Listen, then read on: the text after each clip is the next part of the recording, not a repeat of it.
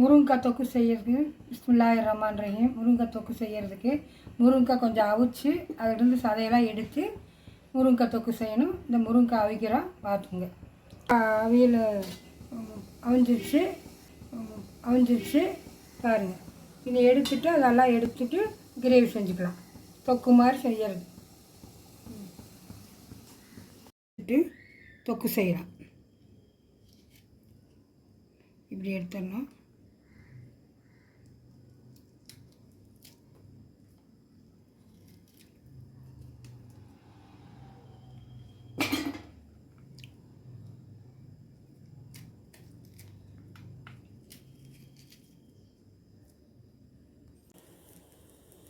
முருங்கைக்காய் தொக்கு செய்கிறதுக்கு செய்ய போகிறேன்.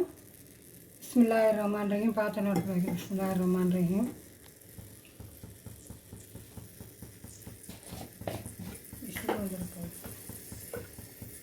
எண்ணெய் ஊற்றி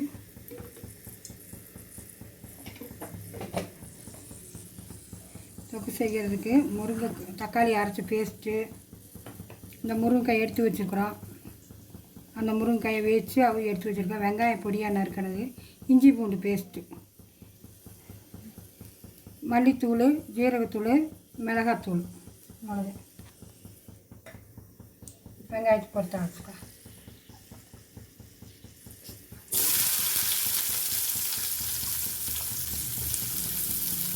சின்ன வெங்காயம் நல்லா பொடியாக அரைச்சி போட்டு தாளிக்கணும். அப்போ தான் அந்த டேஸ்ட் கொடுக்கும்.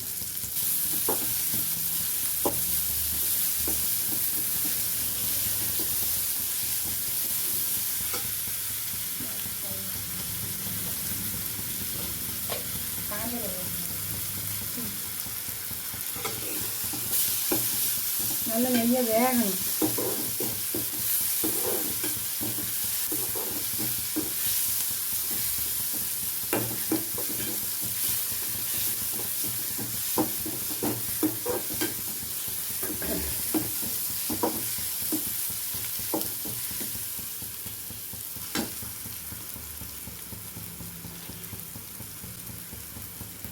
இஞ்சி பூண்டு பேஸ்ட்டு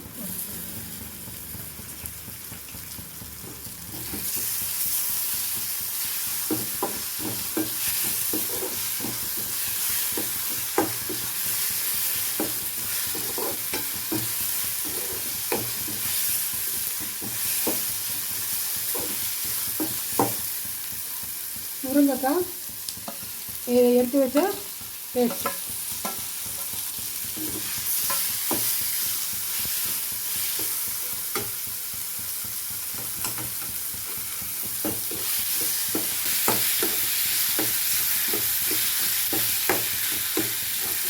நல்லா வேகணும்.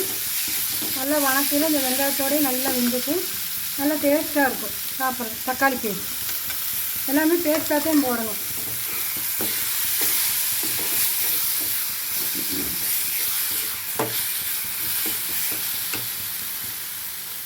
பொடி, சீரகப்பொடி, மல்லிப்பொடி, மிளகாப்பொடி எல்லாமே நாங்கள் வீட்டில் செஞ்சது தான். நல்லா வணங்கின முன்னாடி கொஞ்சமாக தண்ணி ஊற்றி நல்லா வெந்துச்சுன்னா நல்லா எண்ணெய் பிரிஞ்சு வரும். சைடிஷாகவும் வச்சுக்கலாம். சாப்பாட்டில் போட்டு பிணைஞ்சும் சாப்பிட்லாம்.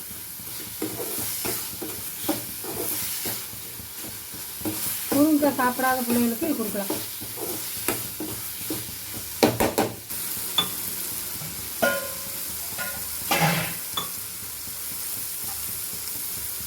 தண்ணி சும்மா கொஞ்சமாக ஊற்றி வேக விட்டு அந்த முருங்கைக்காய் வேகிறதுக்கு அந்த மசிச்சு வேகணும். அதுக்கு தான் தண்ணி.